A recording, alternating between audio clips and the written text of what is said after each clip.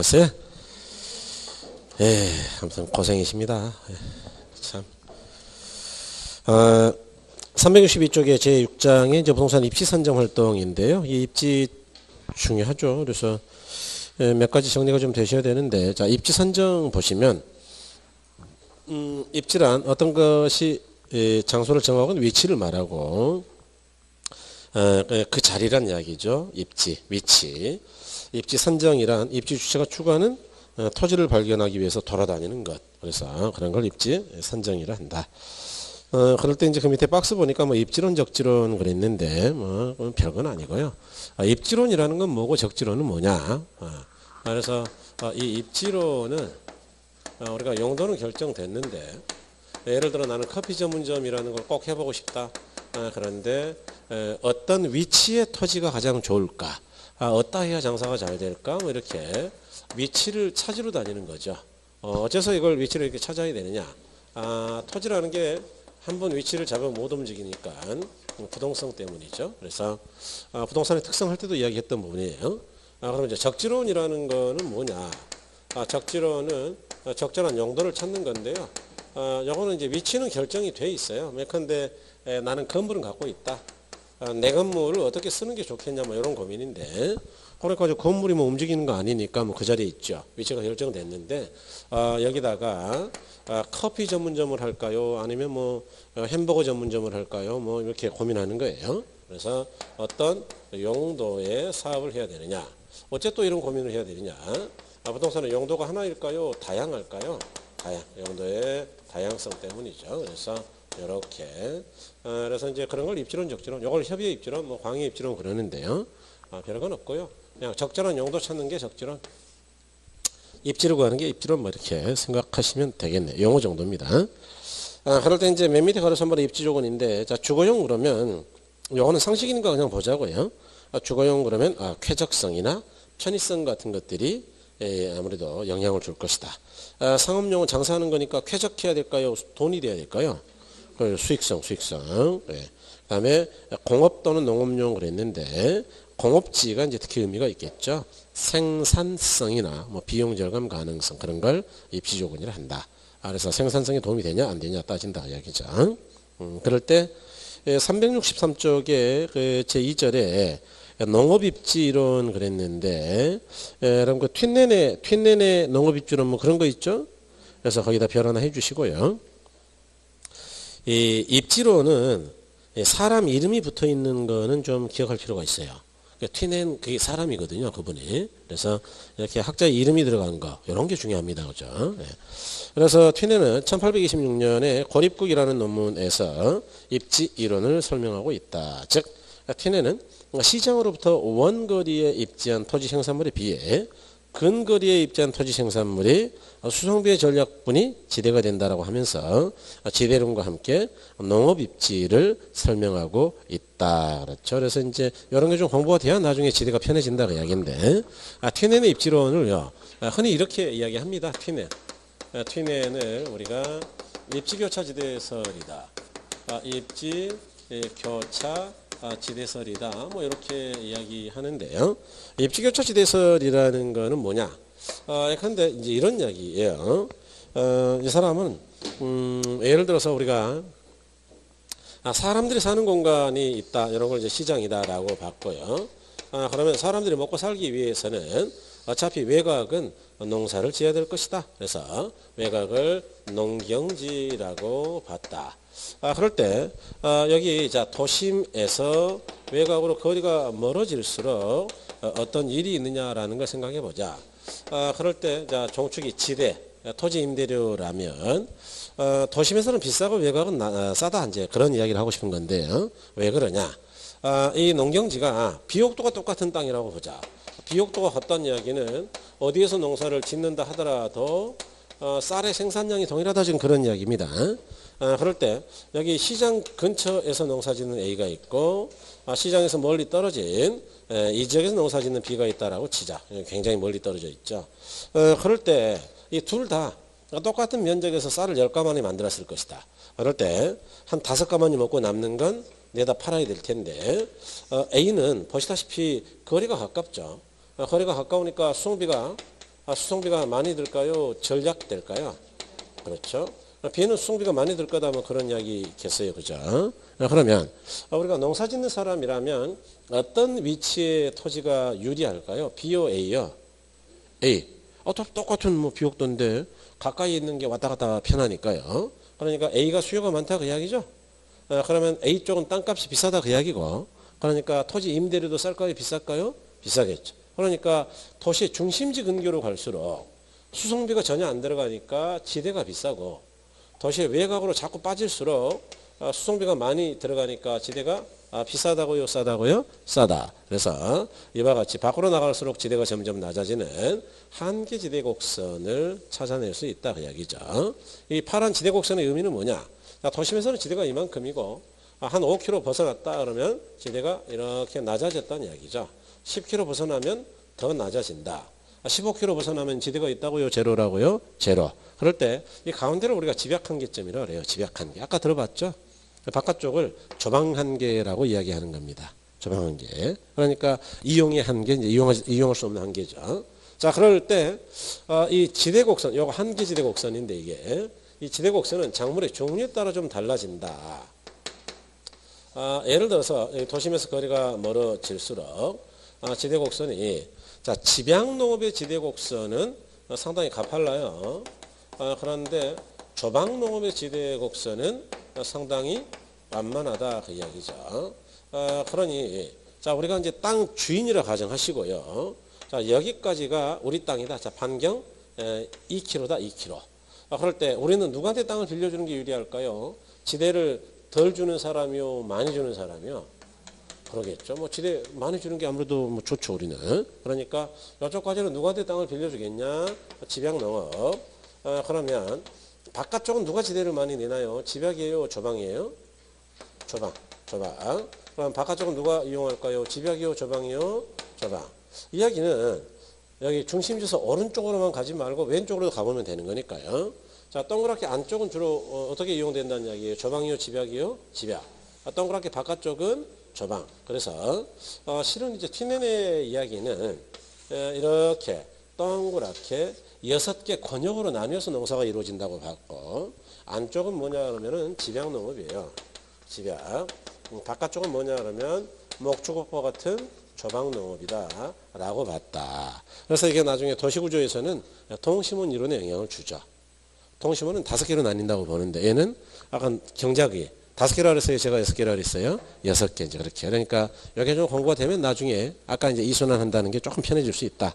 이렇게. 여러분 그 내용 한번 볼까요? 내용. 자,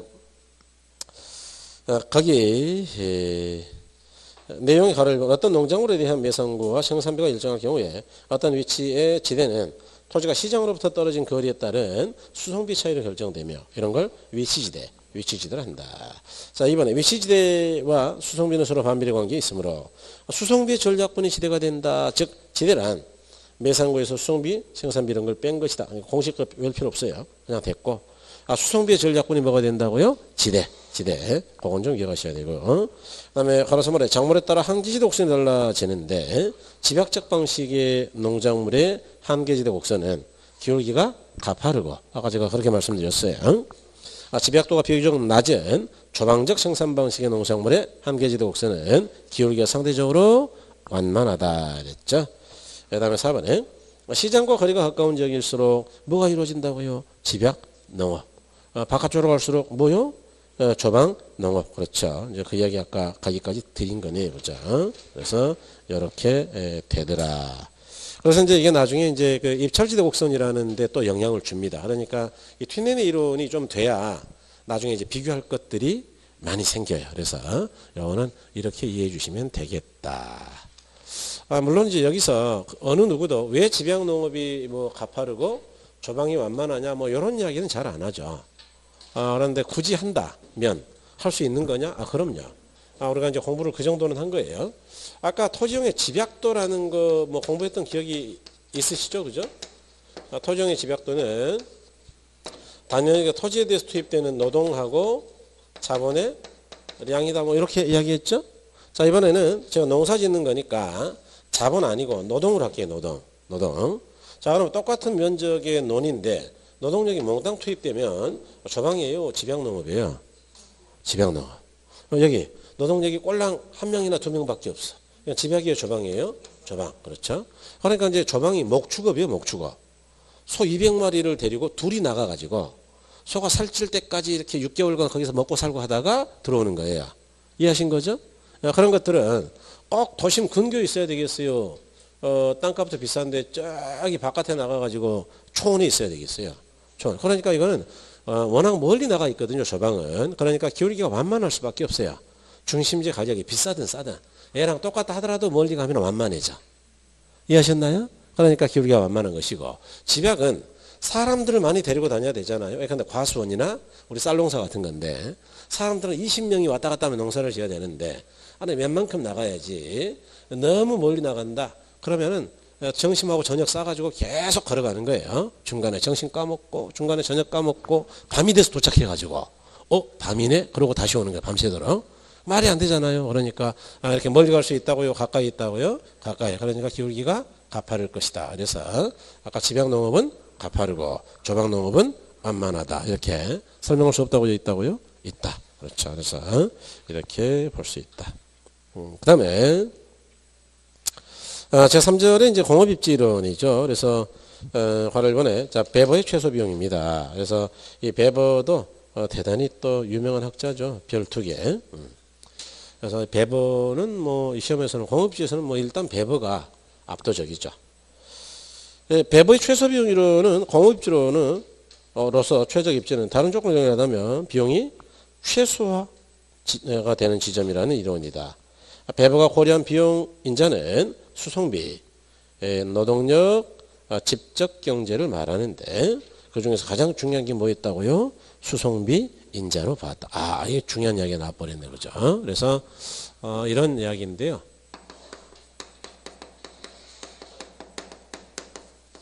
배버의 최소 비용 이론이다. 자, 여러분 이제 이름 한번 볼까요? 이름 보니까 뭐라고 하는 거예요? 자, 공장의 입지는 비용이 많이 들어갈 때 좋다고요. 비용이 최소일 때 좋다고요. 최소. 그렇죠. 최소. 작을수록 좋다. 이제 그래서 배버의 이론인데 그러면 배버는 어떤 생각을 했겠느냐? 우리가 배버처럼 생각해 보자고요. 공장이 쓰는 비용이 뭘까? 이렇게. 일단 뭐 원료나 제품 수송해야 되지 않을까? 수송비. 그다음에 뭐 일해야 되니까 뭐 인건비, 노동력 들어가지 않을까? 있겠죠. 인건비. 그다음에 공장이 한 개 있는 것보다는 한 200개, 300개가 모여 있으면 원자재 구입이라든가 물류를 공동으로 하니까 비용이 좀 줄겠는데 뭐 이런 거. 그래서 모이면 유리하다. 집적 경제라는 거예요. 또는 집적 이익이다.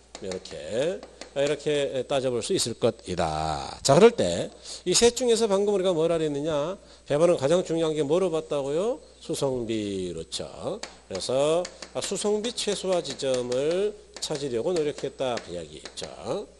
그럴 때 수송비에 영향을 주는 거는 원료 또는 제품 이것들의 무게가 일단 영향을 줘요. 무거울수록 수송비가 많이 들겠죠.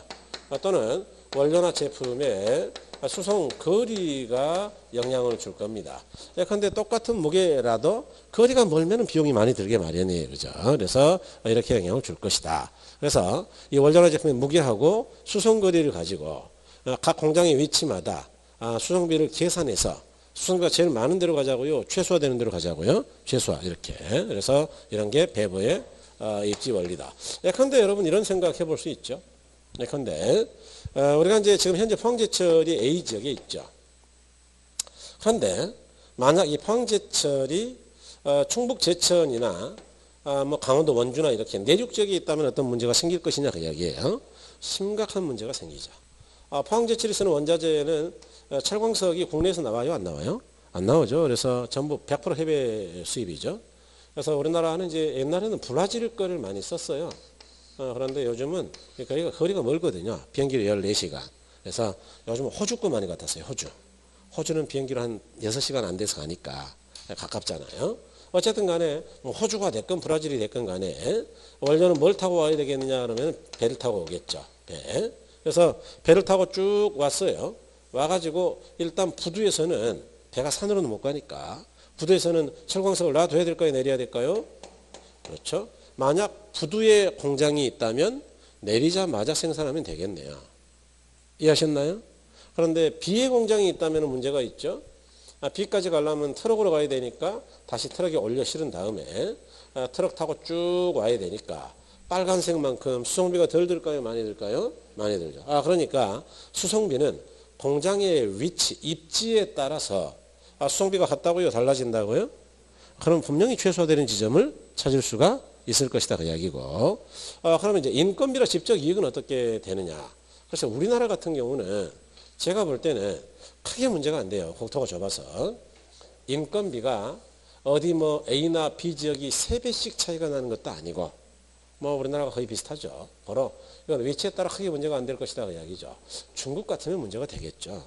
중국은 이제 농민공이라고 해서 북경 시민이 아닌 외곽에 있는 애들은 워낙 인건비가 싸요. 지금도 걔들은 주민증이 다르니까 농민하고 도시민하고 주민증이 달라요. 민증이. 그러니까 뭐 평등한 사회 같은데 그 이상해. 걔들은 이제 그 거주 이전의 자유가 옛날에 보장이 안 됐기 때문에 그것도 성이 많잖아요. 성별로 또 이제 자치니까 그래서 그런 것 같긴 한데 어쨌든 중국은 이제 그 외부 지역 저 시골에서 올라온 애들은 인건비가 굉장히 쌉니다. 한 절반 이하로 싸죠. 똑같은 노가다를 해도. 어쨌든 집적 이익은 뭐냐? 집적. 공장이 한 200개 모이면 뭐 비용 절감이 있다 그랬죠. 그러면 공장이 뭐 A에 모여 있든지 B에 모이든지 200개 모이면 어디나 줄어드는 거지. 뭐 꼭 거기에 바닷가에 모여야 줄어드는 건 아니에요. 그러니까 이것도 위치하고 별 관계가 없다. 그러니까 배번은 뭐라 그랬냐? 수송비를 줄이자 그런 거죠. 자, 그래서 수송비는 원료나 제품의 무게 또는 수송거리에 따라 우리가 결정된다라고 했죠. 그러면 자, 입지가 A이냐, B이냐, C이냐, D이냐 뭐 이렇게 따져가지고 수송비가 최소가 되는 지점을 찾을 수 없다고 있다고요? 있을 것이다. 그래서 그런 게 배버의 입지론이죠. 자, 그래서 거기까지 일단 보겠습니다. 그래서 이제 그 최소 운송비, 최소 수송비 원리인데 개념 보니까 배버의 최소 비용 이론은 여러 비용 항목 중에 수송비가 가장 중시하여 공업지의 최적 입지는 최소 수송비 지점이고 최소 수송비 지점은 원료 수송비와 제품 수송비 합이 최소가 되는 지점이다. 즉 수송비는 원료나 제품의 무게, 원료나 제품이 수송되는 거리에 따라 결정된다고 하는 원칙을 적용하여 이 이론을 전개하였다 그런 이야기죠. 그럴 때 여러분 이제 원료지수라는 걸 가지고 그 밑에 괄호 3번에 원료지수 있나요? 이걸 가지고 제가 이제 그 옆 페이지에 있는 공업지의 형태 괄호 5번에 있죠. 원료지향형이냐 시장지향형이냐 이걸 한번 설명해 볼 텐데 원료지수라는 거는 뭐냐? 원료지수.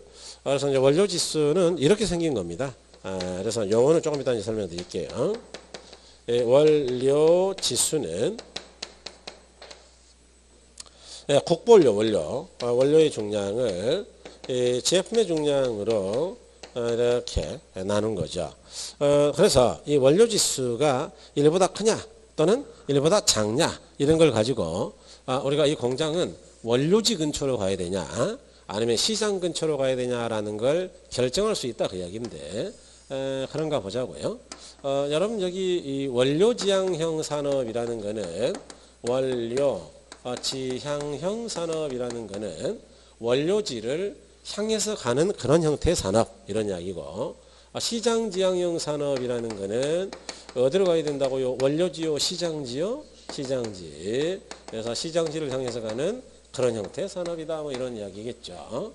자 그래서 이거를 외워서 쓰는 것도 물론 좋죠. 예컨대 이렇게 원료지향형이다 그러면은 일단 종량감소 산업이다. 종량감소 산업의 대표적인 게 뭐냐 그러면 시멘트나 철강 이런 것들이에요. 다시 말해서 원료 수송비가 제품 수송비보다 압도적으로 높은 것들이 있고요. 특정 지역에서만 나오는 국부원료 또는 편제 원료를 주로 사용하는 것들이에요. 또 이거는 원료의 신선도가 중요한 것들입니다. 원료의 선도.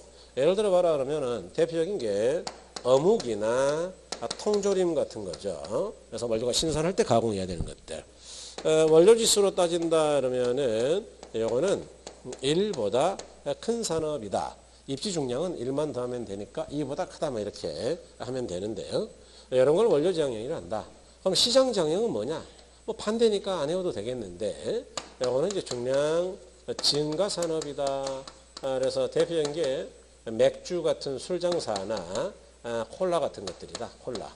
그 다음에 요거는 제품 수송비가 많이 들어가는 것들이다. 제품 수송비. 그 다음에 요거는 주로 보편 원료를 많이 사용하는 산업이다. 요거는 제품의 선도가 중요한 것들이다. 그래서 요것들이 이제 주로 콩나물이나 두부 같은 것들 또는 이제 여러분들이 좋아하는 샐러드 같은 야채 뭐 이런 것들이겠죠. 그 다음에 요거는 이제 이 원료 지수가 1보다 작은 산업이다 이렇게요. 그래서 이와 같이 뭐 외워서 쓰는 것도 나쁘지 않습니다. 나쁘지 않은데 뭐 다 암기하려면 너무 힘들죠. 외우지 않고 혹시 맞출 방법이 혹시라도 있냐? 생각 한번 해보죠 뭐. 자, 이런 중량감소가 뭐냐? 중량감소. 자, 중량감소라는 거는 이런 걸 이야기합니다. 자, 우리가 물건을 만드는 과정은 원료를 투입해서 제품으로 만드는 과정이겠죠. 이게 생산 과정이에요. 생산은 항상 원료 넣어가지고 제품 만드는 거니까. 자, 그럴 때 원료를 100톤을 집어넣어요. 예컨대 시멘트나 철강, 포항제철. 그러면 그 돌덩어리가 다 철이에요. 뭐 쓸데없는 것도 있어요. 쓸데없는 거 버려야지 뭐 순수한 철만 녹여야죠. 그러니까 제품은 100톤보다 많이 나온다고요? 적게 나온다고요? 그러니까 생산 과정에서 중량이 증가했어요? 감소했어요? 그게 감소예요. 감소. 중량 감소. 중량 감소는 우리가 배버같이 생각 좀 해볼까요? 어떻게 하면 수송비가 적게 들어가는지 고민 좀 해보죠. 자, 일단 원료나 제품의 무게 좀 따져볼까요? 무게 따졌더니 누가 무거워요? 원료. 그러면 원료는 수송거리가 길어야 유리하겠어요? 짧아야 유리하겠어요? 짧아요. 아니 뭐 가능하면 수송 안 해야죠. 그러니까 수송거리가 짧아야 유리할 것이다 그 이야기죠. 그러니까 이런 공장은 어디로 가야 될까? 중량 감소는 어디 시장 근처로요? 원료 있는 데로요? 원료 있는데. 예를 들어 볼까요? 여러분 우리나라는 잘 아시죠? 우리나라가 뭐 가진 원자재가 거의 없다는 거. 그래서 우리나라는 뭐 눈 씻고 뒤져봐도 광물 자원, 천연 자원은 별로 없습니다. 그죠? 그런데 우리나라에 유일하게 존재하는 천연 자원이 하나 있긴 있습니다. 시멘트. 훌륭한 분이에요. 어떻게 그렇게 금방 아셨어요? 무슨 점쟁이도 아니고 어떻게 그걸 알아맞히셨을까? 이 시멘트가 진짜 웃기는 게요. 야, 우리나라 진짜 참 연구 대상인 나라예요. 여기 이제 백두대간에서 나오는 산맥이고, 여기 이제 태백산맥, 그다음에 여기 이제 우리나라 지맥들입니다, 전부 다. 그런데 시멘트는 어디만 있냐? 백두대간에만 있습니다. 특히 이제 태백산 근처에 많이 있어요. 그러니까 이게 또 전국에 다 있는 게 아니고 특정 지역에만 있거든요. 그러면 공장을 어디다 지어야 되겠어요? 시멘트 제일 많이 쓰는 데가 서울이니까 서울에 지어가지고 먼지를 날려야 되겠어요? 저 태백산맥 안으로 들어가야 되겠어요? 그러니까 시멘트 공장이 싹 다 태백산맥에 있어요. 한 3군데 있거든요. 그래서 저쪽 위쪽 고령부터 해가지고 단양. 대명콘도 단양 가다 보면 그 시멘트 공장 하나 나와요. 그래서 다 기분 좋다가 시멘트 공장 지나갈 때 기분 살짝 나쁘거든요. 그러니까 왜 이제 거기다 길을 뚫어놨는지 모르겠는데. 그래서 이와 같이 요거는 원료 산지 근처에 있더라. 그러니까 어떻게 되느냐? 산을 발파를 해요. 석회석을. 그럼 발파를 하면은 어떻게 산에서 지게로 짊어지고 다니겠어요? 그러니까 굴리면은 이놈이 막 굴러갈 거 아니에요? 굴러가서 바닥에 탁 떨어지면은 그놈 집어가지고 컨베이어에다 실으면 바로 공장으로 쏙 들어가는 거예요, 그냥. 그러니까 수송비가 있다고요, 없다고요? 굴렸기 때문에. 그러니까 수송비가 많이 들어간다고요, 적게 들어간다고요? 적게. 그 다음에 다시 말해서 뭔 말이냐. 보세요. 똑같은 1km를 같은 거리를 간다면 누구 수송비가 많이 들겠어요? 제품이요, 원료요? 원료. 그러니까 원료 수송비 아끼려면은 원료 산지로 가는 거예요. 편제 원료. 특정 지역에서 나오는 원료를 압도적으로 써야 된다. 그러면 그 동네로 가야 된다. 공장이. 그 다음에 어묵이나 통조림 같이 고기가 신선할 때 만들어야 되는 그런 제품이다. 그럴 때는 어디서 만들어야 되겠냐? 고기가 나오는 데서 만들어야지. 뭐 고기 잡아가지고 서울까지 가져와요. 가져왔더니 여름에 한 7박 8일 동안 고기가 썩었어. 뭐 차가 고장 나가지고 그러면 그게 무슨 젓갈이지 그게 어묵이냐? 예? 그러니까 되겠어요, 그죠? 그러니까 그러면 된다고요. 부산 어묵처럼 바닷가에서 만들어야 된다고요. 바닷가. 그래서 부산 어묵이 유명한 모양이에요, 그죠? 그래서 이렇게 된다. 원료지수는 30분의 100이니까 3.3이죠. 그러니까 1보다 크구나라는 걸 알 수 있죠. 입지 중량은 1만 더하면 됩니다. 뭐 공식에 이따 설명할게요. 공식에 분자의 제품이 하나 더 있죠. 자, 그러면 이제 제 이야기는 뭐냐 하면 사실 외우지 않아도 원료지수를 가지고 판단할 수 있다라는 이야기인데 그런 느낌 가지고 중량 증가 좀 보자고요. 자, 중량 증가라는 거는 뭐겠냐? 중량 증가 산업은 원액 1톤 콜라 예를 들게요. 원액 1톤을 미국에서 가져와서 물을 섞어서 만드는 게 콜라란 말이죠. 그래서 콜라의 제조 과정이 뭐 복잡하겠냐? 뭐 저는 본 적은 없어요. 본 적은 없는데 유추할 수는 있습니다. 빤하지 않겠냐? 콜라 원액은 굉장히 물이 맑을까요? 끈적끈적할까요? 끈적끈적 조청처럼. 왜냐하면 그래야 수송비를 줄이죠. 쓸데없이 물을 많이 넣어놓으면 수송비가 많이 들어가니까. 안 봐도 알아요. 본 적은 없으니까 아닐 수도 있어요. 네. 어떤 끈적끈적한 한 덩어리 넣어요. 그런 다음에 물을 20톤을 집어넣어. 그런 다음에 이제 국자로 저어가지고 간을 보죠. 간을 봤는데 단맛이 덜하다 설탕 넣고 이렇게 대충 젓는 거죠. 그러다가 이제 안 되면 침도 한두 번 뱉고 이렇게 빤하지 않겠냐. 그런 다음에 요거는 이제 이 병입 공장이라 해서 이 바틀링이라 그러거든요. 병에다 집어넣어요. 집어넣은 다음에 이제 탄산가스 압력으로 집어 밀어 넣죠. 그런 다음에 뚜껑 팡 때려서 닫으면 그게 콜라예요. 그러니까 터뜨리면 탄산이 팍 퍼지는 거예요. 예. 그래서 그게 콜라죠. 야, 진짜 콜라는 뭐 쓸모없는 음료수군요. 지금 생각해 보니까 설탕물이죠. 저도 콜라 좋아합니다. 근데 참. 그래서 이렇게 이제 중량이 증가한다는 이야기죠. 중량. 그러면 이제 무게 봤더니 이 제품이 무겁네. 그럼 어디로 가야 될까요? 저 원료 산지 미국이요. 저 시장 근처요. 시장. 그래서 콜라 공장이 과거에 독산역 근처에 있었어요. 독산역. 독산역이 바로 한강 바로 아래쪽에 있는 겁니다. 그 이야기는 수도권도 커버하고 지방도 커버할 수 있다. 그런 계산이에요. 이해하신 거죠? 그러니까 이제 시장 근처인 게 맞죠. 아무래도 수도권에 사람들이 많았으니까 그 당시에. 그 다음에 이제 두 번째로 여기 제품의 수송비가 많이 든다. 똑같은 1kg 간다면 요거보다 20배 더 들어가니까 제품 수송비가 많이 든다. 그럴 때는 제품 수송비 아껴야 되니까 어디로 가야 되느냐? 시장. 네, 그 다음에 세 번째 보편 원료. 다시 말해 주로 물인데 물이나 공기인데요. 이와 같은 보편 원료는 아무 지역에서나 나는 원료죠. 그러니까 아까 시멘트 같이 특정 지역으로 가야 된다고요. 아무데나 가도 된다고요. 아무데. 그러면 시장으로 가야죠. 원료 산지로 안 갈 거면 그런 이야기고. 그다음에 제품의 신선도가 중요하다. 예컨대 콩나물이나 두부다. 뭐 아시다시피 콩나물 같은 경우는 햇빛을 보면은 파랗게 바뀌죠. 안 먹잖아요. 그러니까 움직일 때 햇빛 봐야 되는 거예요. 짧은 거리를 빨리 갖다 줘야 되는 거예요. 빨리. 그렇죠. 옛날처럼 다라에다가 까만 비닐을 씌워가지고 다니는 것도 좋긴 한데 이게 얼마나 뭐 의미가 있겠어요. 그러니까 빨리 후딱 갖다 줘버려야죠. 그죠? 그래서 이 콩나물 공장은요. 적어도 수도권은 대부분 경기도 쪽에 있어요. 영세 공장인데 경기도. 그래서 좀 큰 공장 빼고는 전부 다 그렇죠. 풀몬처럼 큰 회사는 이제 저 음성에 있고 거기는. 근데 거기는 이제 전국을 커버하려고 그런 것이고 두부 공장도 대부분 경기도에 있습니다. 수도권에 납품하는 것들이. 그래서 뭐 포천에 많이 있어요. 포천 두부 공장에. 그래서 그런 것들이 많다. 그러니까 이제 시장 근처에 있는 거 맞죠? 자, 원료지수는 20분의 1이니까 0.05. 1보다 훨씬 작죠. 그러니까 원료지수가 1보다 작다는 이야기는 뭐냐 하면 분모가 크다는 이야기입니다. 제품이 무겁다는 이야기죠. 그러니까 시장 근처로 가야 된다. 그런 이야기죠. 그래서 제 이야기는 뭐냐 하면 이걸 먼저 외우려고 노력하기보다는 원료지수를 보면서 이해하려고 노력하죠. 어디로 가는지. 그게 외우지 않고 맞추는 좋은 방법이다. 그런데 나는 그렇게 연습했는데도 또 안 되는 분도 없지 않아 있을 거예요. 그러면 그때 가서 외우면 된다. 연습이 많이 됐으니까 외우기는 쉽거든요. 그러니까 무조건 암기하는 거는 그건 좋은 방법은 아니에요. 그래서 이렇게 본다. 그럴 때 그러면 이제 뭐는 외워야 되느냐? 어차피 여러분 이건 외워야 되거든요. 이거 원료지수는 뭐 어차피 기억해야 돼요. 자체가 중요하니까. 그래서 원료지수는 외워야 되는데 원료지수를 어떻게 외워야 되느냐.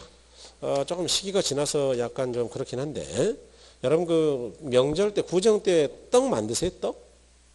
요즘 떡 안 만들죠. 뭐 가래떡 같은 거 만들면 방앗간 가면은 원료는 어디에서 투입하는 거예요? 원료를 어디 뭐 아래쪽에서 넣어요? 이 쌀 쪄가지고 위에서 넣어요? 위에서. 와, 벌써 진짜 빠르시네요. 그러면 이제 가래떡이 이렇게 나오잖아요. 그러면 이제 다라이에 물을 담궈가지고 찬물에다가 나오자마자 잘라가지고 빨리빨리 식혀야죠. 그래서 이제 참기름 발라서 가지런히 놔야 되지 않겠어요? 이렇게 제품은 어디로 나오는 거예요? 위로요, 아래로요? 그게 저거죠, 저거. 원료는 위에서 투입하고 제품은 위에서요, 아래서요? 아래서 이렇게 생각하시면 되겠다. 그래서 오늘 이제 구정도 지나고 했으니까 다시는 이런 이야기 안 할 생각이다. 저 쪽팔려서 못하겠다. 그래서 이렇게 보시는 거예요, 그죠? 그래서 이렇게 보시고 입지 중량은 진짜 별거 없고요. 입지 중량은 여기 이제 분모가 제품이고 분자가 원료에다가 제품 하나 더 한 거예요. 더. 그래서 여기는 원료지수, 여기는 1, 제품물의 제품이니까. 그래서 원료지수 더하기 1이다. 그러니까 입지 중량은 1만 더하면 된다. 외울 필요 없고요. 그래서 그렇게 보시면 되네요. 그래서 이제 여러분 그 가로 이번에 이제 보편 원료하고 편제 원료는 뭐 이해가 돼버렸겠는데요. 보편 원료는 아무데나 나오는 것. 그래서 물이나 아까 공기. 그다음에 편제 원료는 광물 자원 같이 특정 장소에서만 생산되는 원료랬죠. 그다음에 가로서 말이 원료 지수인데 원료 지수 그거는 외워야 됩니다. 그래서 제품분의 원료 이렇게 간단하게. 그다음에 이제 가로 3번 4번 놔두시고 자 가로 5번 보죠. 가로 5번. 공업 입제 형태의 예액을 했는데 자 원료 지향형이죠. 그래서 최종 제품의 값이 비싸고 소량 생산되는 중량 감소 산업. 그다음에 두 번째는 이제 곡부 원료, 편제 원료를 많이 사용하고, 그다음에 세 번째는 원료 수송비가 많이 들어가니까 원료 산지로 가야죠.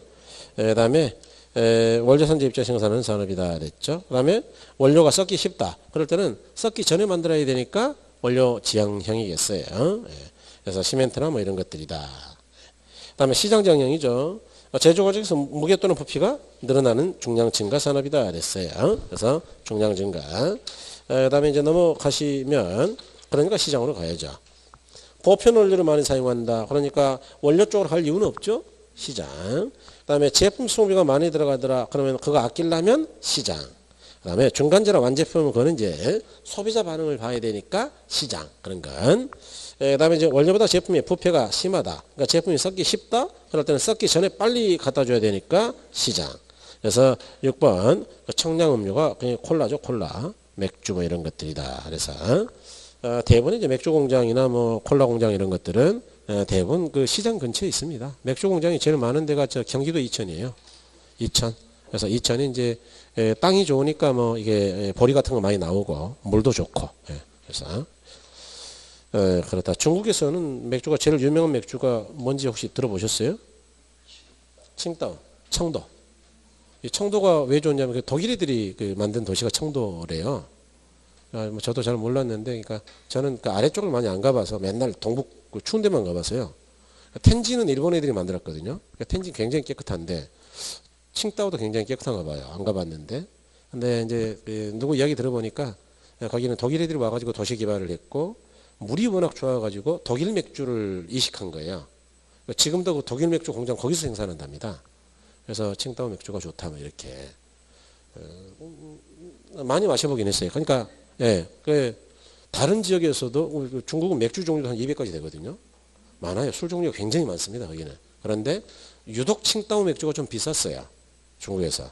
그래서 좀 먹어봤는데 별로 모르겠던데. 아무튼 맛있다는. 그다음에 이제 가로서 말하면 노동지향하고 뭐 집적지향 이런 게 있는데 노동지향령은 뭐 여러분 이름만 들어도 아시죠? 노동비가 생산비 중에서 많은 비중을 차지하는 산업의 경우에는 노동력 구하기 쉬운 데로 가야죠. 그래서 오늘날 저 동남아로 많이 가 있는 동그라미 2번 섬유, 피복, 신발 뭐 이런 것들은 인건비가 싼 데로 가야 된다. 그다음에 4번에 집적지향이라는 거는 집적이 모인다는 이야기죠. 그래서 집적지향 산업이란 수송비 비중이 작고 기술 연구성이 높은 산업들이 원료 공급지나 소비 시장에 입지함으로써 비용 절감 혜택을 가져오는 거겠죠. 그래서 자동차 산업이나 석유화 그랬는데 자동차로 설명을 드려볼까요? 자동차 같은 경우는 이해가 이제 좀 편하실 텐데요. 협력업체가 아마 한 뭐 2, 3천 개 되는 것 같아요. 왜냐하면 부품이 2만여 가지가 넘으니까 부품 만드는 사람들이. 그래서 2, 3천 개의 협력업체들이 자동차 회사에서 멀리 있어야 될까요? 가까이 있어야 될까요? 가까이. 그래야 일단 비용이 덜 들고요. 그 다음에 두 번째로는 공동으로 실험 설비 같은 걸 이용할 수 있고 기술. 그 다음에 이제 경영도 도움을 받을 수가 있겠죠. 그래서 이렇게 직접 모여 있으면 유리하다. 뭐 그런 이야기죠. 요즘은 뭐 모여 있어야 됩니다. 왜냐하면 요즘 자동차들은 회사에서 재고를 가지고 있지 않아요. 재고. 이제 그 토요타 방식이라 지트라 그러는데, 자스틴 타임이라 그러는데, 뭔 말이냐면은 재고가 2만 가지 재고를 쌓으려면 창고가 너무 커야 돼요. 부서지고 관리하는 직원이 너무 많고 인건비 나가잖아요. 그러니까 재고를 회사에 놔둔다고요. 저 협력사에서 가져온다고요. 한 300개 가져와 가지고 떨어지면 또 300개 갖다 주는 거예요, 계속. 그래서 공정 안에만 재고가 있습니다. 요즘은. 그래서 이제 그런 걸 지트라 그래요, 지트. 자스틴 타임. 바로바로 필요할 때만 물건을 갖다 주는 거예요. 그러려면 뭘로 있어야 될까요? 가까이 있어야 될까요? 가까이, 철저히 가까이 있어야 되죠. 그래서 이렇게. 그래서 이제 굉장히 최적화되어 있죠, 우리 산업이. 그 다음에 이제 이번에 자유장형인데, 자유장형 산업이란 제조 과정에서 부과되는 가치가 매우 클 때, 즉 제품 수송비가 차지하는 비중이 상대적으로 작아서 수송비가 공장 입지에 아무런 영향을 주지 못하는 것들, 그런 것들은 자유장형이다. 그래서 일반적으로 고도 2번 자유장형 산업은 일반적으로 고도의 기술 집약적 산업이다 됐죠. 그래서 항공기 아니면 삼성전자 같은 하이테크 산업 같은 거죠. 그래서 뭐 이런 거죠. 이런 거 자유장형은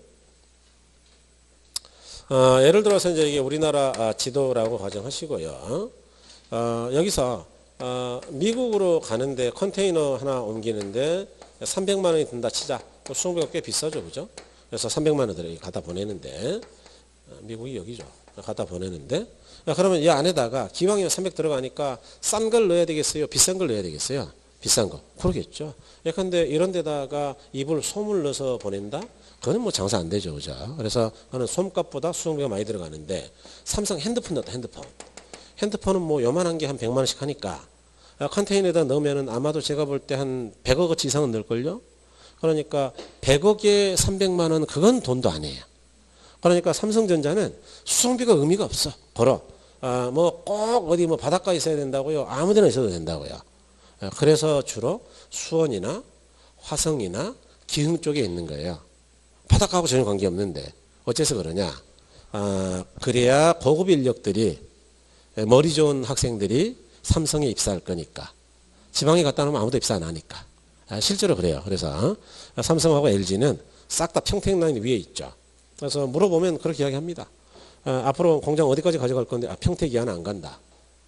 왜냐하면은 그 이하로 가면은 얘들이 입사 안 하려고 그러더라. 그래서 그런 이야기죠. 그래서 이런 걸 자유지향형이라 한다.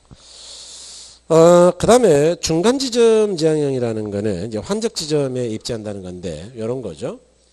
예컨대, 아까 우리가 이제 이 철광석 이야기 하면서 뭐라 그랬느냐. 이렇게 이야기했죠. 브라질의 철광석을 우리가 만일 갖다 쓴다 치자. 브라질. 그럼 이제 배를 타고 철광석이 오겠죠. 그럴 때, 일단, 배가 부두에 도착하면 하역 내려야 되겠죠. 그런 다음에 만일 공장이 A 지역에 있다 그러면 그냥 생산하면 되는 것이고, 만일 공장이 B 지역에 있다 그러면 이야기가 복잡하다 그랬죠. 그러면 다시 올려 실어 가지고 B로 와요. 그런 다음에 생산했어요. 생산하면 주로 시장이 어디냐 하면 수도권이거든요. 가장 큰 시장이. 그러면 다시 또 이거를 올려 실어야 돼. 트럭에다가. 그런 다음에 어디로 가져와야 되느냐? 시장으로. 그러니까 A 지역에 있을 때에 비해서는 수송비가 아주 많이 들죠. A 지역에 있다면 내린 다음에 만들어서 바로 가져오면 되니까. 이해하셨나요? 이와 같이 원료 산지하고 시장 사이에 중간 지점이 있다면 거기가 공장을 짓는 게 좋다고 이야기해요. 이걸 중간 지점이다 그러기도 하고, 다른 말로 뭐라 그러느냐 그러면 환적 지점이라고도 해요. 다른 말로 이걸 뒤집어서 적환 지점이라고도 합니다. 다른 말로 이적 지점이다라고도 해요. 그래서 왜 이렇게 말하느냐? 여기 배에서 내려서 차에다 싣는 걸 뭐라 그러느냐? 교통수단이 바뀐다 그래서 환적이라 그래요.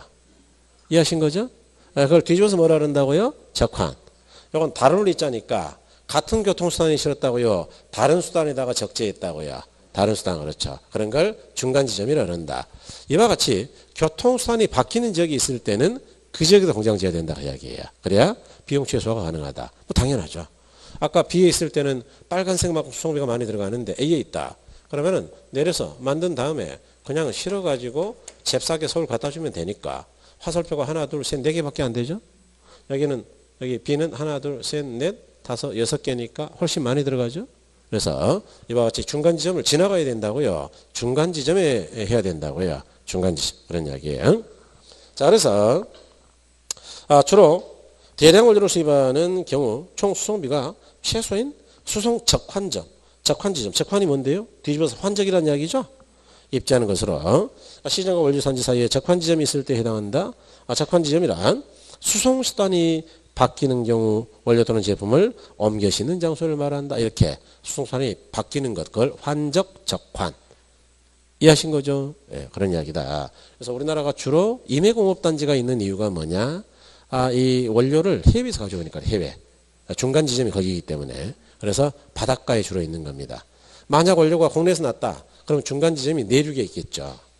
원료하고 시장 사이에 있어야 되니까. 그래서 우리나라는 주로 이제 바닷가에 있을 수밖에 없다. 바닷가가 좋지는 않죠. 아시죠? 그 소금이라는 게 쇠가 나만 아는 거에 부식되는 거예요.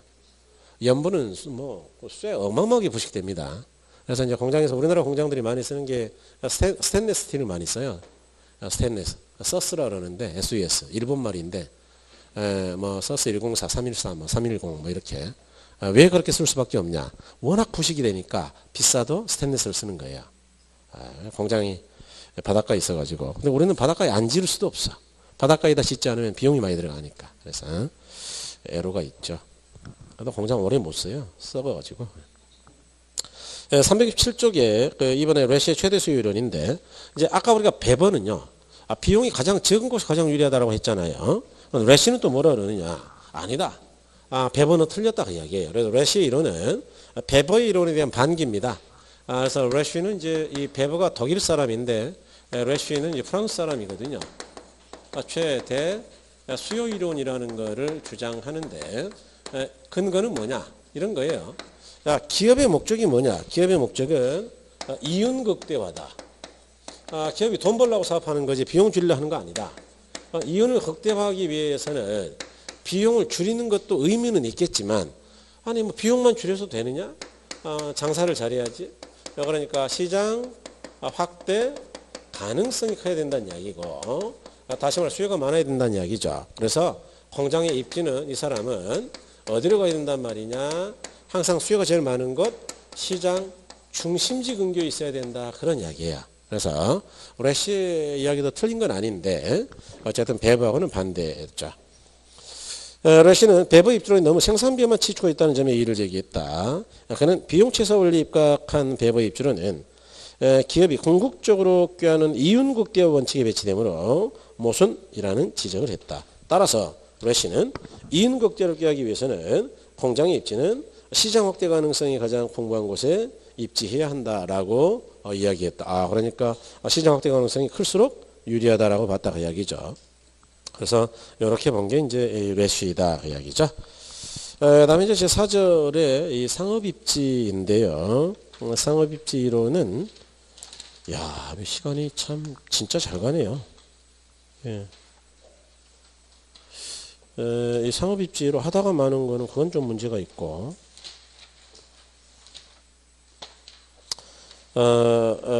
여러분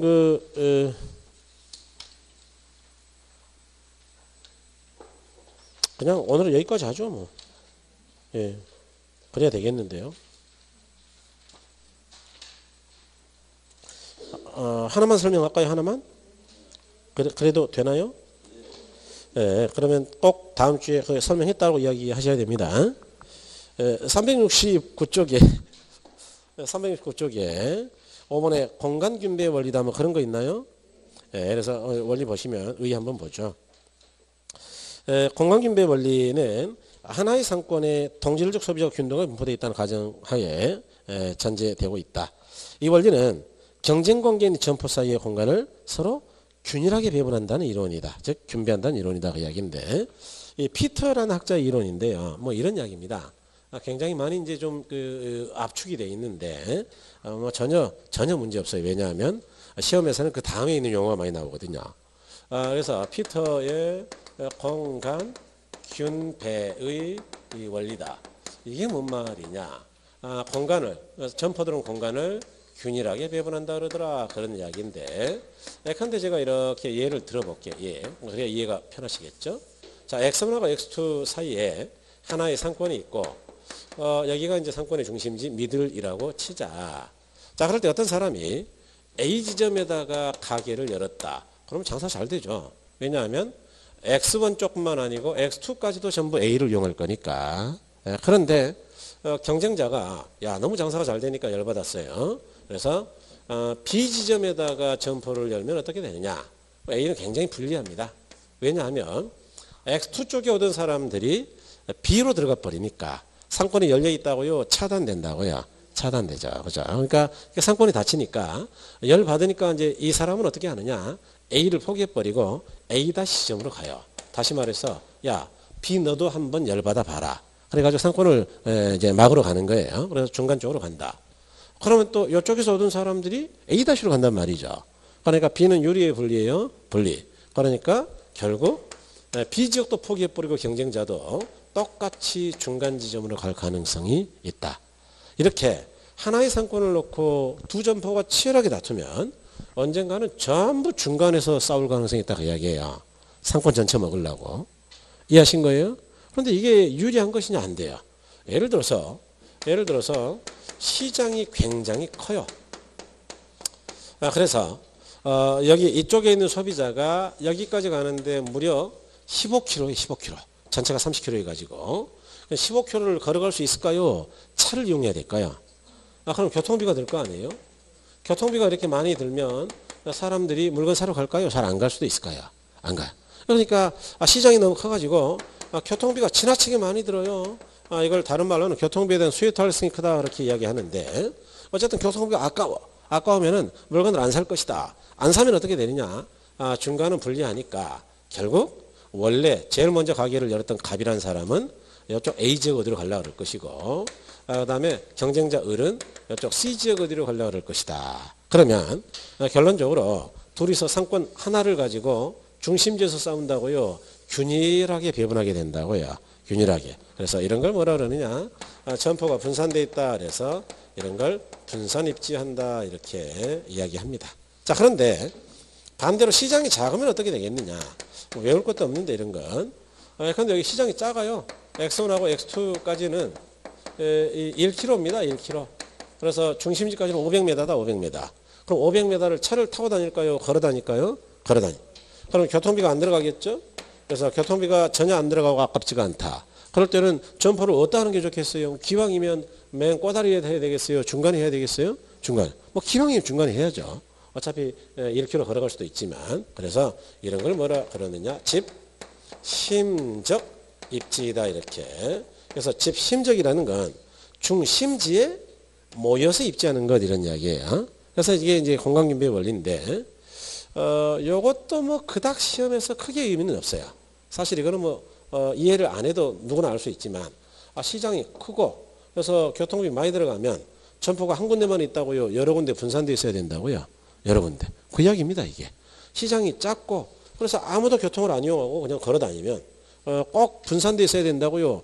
중간에 하나만 있으면 된다고요? 중간. 그러면 됐지 뭐 까짓거. 그래서 외울 필요는 별로 없죠. 그래서 거기 밑에 이제 결론은 제가 지금 이야기를 드렸네요. 시장이 좁고 교통비 탄력성이 작다. 교통비가 적게 들어간다 그 이야기죠. 그럼 집심적. 시장이 넓고 수요 운송비 탄력성이 크다. 즉 교통비가 많이 들어간다 그 이야기죠. 크다. 그러면 집심적이요 분산입지요. 분산입지. 자, 그런데 중요한 건 그 뒤쪽에 점포의 분류라고 했는데, 괄호 2번에 점포의 분류에다가 별을 2개 하시고 요거 시험에 잘 나오죠. 공간규모에 따른 입지 유형에 따른 점포 우리 가지고 4가지가 있죠. 그 다음에 그 밑에 구매 관습에 따른 분류로 3가지가 있는데 요거는 여러분 꼭 용어 기억하셔야 됩니다. 자, 첫 번째는 집 심성 점포이고요. 두 번째는 집 재성 점포이죠. 그 다음에 세 번째는 산 재성 점포이고 네 번째는 국부적 집중성 점포이죠. 그래서 이렇게 그 다음에 상품 또는 이제 구매 관습에 따라 그러면 이제 편의품, 편의품, 그 다음에 선매품, 그 다음에 전문품 이렇게 나뉘어지죠. 그래서 이제 이렇게 7가지를 잘 구별하는 것. 그래서 의미하고 이해까지 하시는 게 좋아요. 여러분 의미 한번 볼까요? 자, 여기 칠판 보시면 이 힘이 중심지란 이야기입니다. 중심지. 그러니까 집은 모인다는 이야기니까 중심지에 모여있는 게 유리한 것들이다. 그래서 대부분은 뭐냐 그러면 백화점 같은 것 아니면 고급 음식점, 도매점 이런 것. 아까 집은 모인다 그랬죠. 그래서 요거 집재는 모여있다. 모여있다. 그러니까 동업종의 것들이 모여있는 게 유리한 것들이에요. 그래서 산재는 흩어질 산자니까 모여있는 거예요. 흩어져 있는 거예요. 흩어져. 그래서 이건 동업종의 것들이 흩어져 있어야 유리한 것들이죠. 여러분 모여있는 것들 혹시 보신 적 있어요? 가구점, 가구점. 예, 좋아요. 가구점. 그 다음에 요즘 관공서가 행정타운에 모이는 거 아시죠? 예, 관공서. 그 다음에 은행들이 중심가 사거리 근처에 좀 모여있는 거 아시죠? 예, 그 다음에 로데오 거리에 우리 판매점 같은 것들 모여있는 것들이죠. 또는 공구상 같은 거 모여있습니다. 그래서 공구. 산재성은 뭐냐 하면 일반 소매점포는 싹 다 산재성이에요. 예컨대 세탁소, 미장원, 이발소 이런 것들은 아니 뭐 한 군데 세탁소가 30개 있다? 장사 안 되죠. 그래야 된다고요? 흩어져 있어야 된다고요? 흩어져 있어야죠. 그래서 이런 것들이다. 이 국부적이라는 거는 국부적이 좁은 지역이라는 이야기죠. 우리가 왜 마취할 때도 전신마취, 국부마취 있는 것처럼 국부는 좁다. 좁은 지역이 집중되어 있다고 이야기인데 좁은 지역이 뭐겠냐 그러면은 조금 더 생각을 돌려보면 시골이죠. 시골. 시골. 읍내 장터. 그러니까 시골에 주로 모여있는 거예요. 시골에. 시골. 그래서 시골에 모여있는 게 뭐냐 그러면은 뭐 이런 것들이죠. 종묘상. 뭐 아니면은 석재나 어구나 어망 같은 것 이런 거 파는 것. 또는 시약 가게 했네요. 비료 가게 같은 거 이런 거. 농사 지을 때 필요한 이런 것들은 전부 다 시골에 있더라. 그다음에 이제 이 편의품은 일상 생필품이죠. 그래서 요거는 주로 우리가 구매하는 맥주나 아니면 뭐 두부, 콩나물 이런 건데 주로 구매하는 사람들은 이제 주부죠. 주부. 주부가 주로 구매하실 거고 그다음에 거리는 도보로 10분 이상은 절대 안 가죠. 대략 1km. 그다음에 웬만하면 우리 아파트 단지 내에서 구하겠죠. 그래서 저차원 중심지. 저차원은 아직 설명을 안 드렸군요. 아파트 단지 내에 있다고 이야기해요. 그다음에 선매품이라는 거는 이게 고를 선자입니다. 그러니까 물건을 비교하고 골라 선다. 그 이야기는 뭐냐 하면 점포들이 한 군데 모여 있어야 된다는 이야기죠. 다시 말해 집 재성이나 집심성처럼 동업종의 점포가 어디든 모여 있어야 가격을 비교할 거 아니냐. 그래서 주로 이제 이거는 여성 제품이 많아요. 근데 여성 의류라든가 여성분들이 좋아하는 보석이라든가 이런 것들은 한 군데만 들려 산다고요? 여러 군데 들려본다고요? 여러 군데 그렇죠. 그래서 가격 또는 품질을 비교한 후에 골라서 산다. 선택해서. 그 다음에 전문품이다. 이건 이제 유표품이라고 해서 유명상표가 있는 것들이죠. 흔히 이제 명품이라고 하는 것들이에요. 그래서 유명상표가 있는 것들이다. 그래서 이제 뭐 우리가 흔히 남자분들 그러면 이제 시계를 이제 많이 좋아하는 것 같고 자동차랑 여자분들은 그러면 이제 백이라든가 뭐 이런 걸 좋아하겠죠. 그죠? 그래서 이런 것들이다.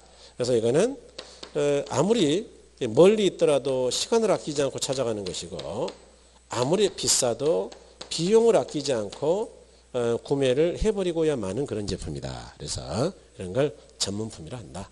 그래서 어쨌든 이제 이 각각의 것들이 뒤집어 놨을 때 틀렸다는 걸 찾을 수 있어야 되니까요. 의미하고 예까지 좀 보시면 좋아요. 그래서 거기 보시면 집 심성은 배우지 중심부에 입지하는 게 유리하다 해서 도매점 백화점 고금리 규정을 했네요. 그 다음에 집 재성은 동업적인 점포가 서른 곳이 모여 있는 거 그랬죠. 그래서 금융기관, 맨 뒤에 가구 이런 거. 곡부적 집중성은 동업종의 점포끼리 곡부적 중심지에 입지하는 거 그랬죠. 농기구, 석재 이런 것. 그다음에 이제 산재성 점포는 동업종의 점포가 서로 분산 입지에 유리한 거 그랬죠. 잡화점, 어물점 뭐 이런 것.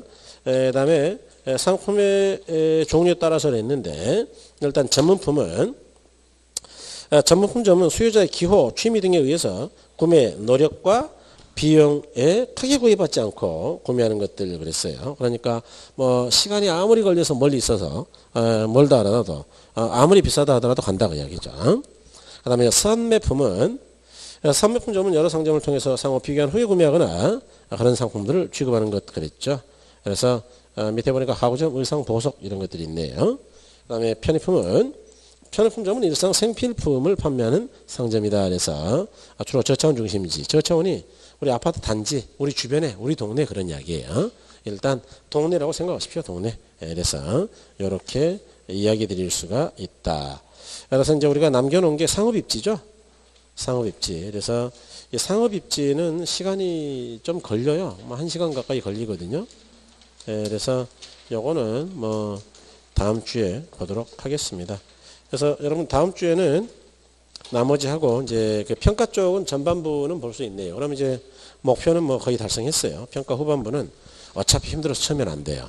그래서 3, 4월 과정에는 평가 후반부까지 완전히 다 갈 겁니다. 그래서 3, 4월 달에는 어떻게 할 거냐 하면 1편은 일단 뒤로 미루고요. 1편 총론. 2편부터 해가지고 평가 끝까지 갈 건데 5, 6월 달은 어떻게 할 거냐? 5, 6월 달은 처음부터 마지막 끝까지를 다 갈 거예요. 그래서 5, 6월 달이 가장 힘들겠죠.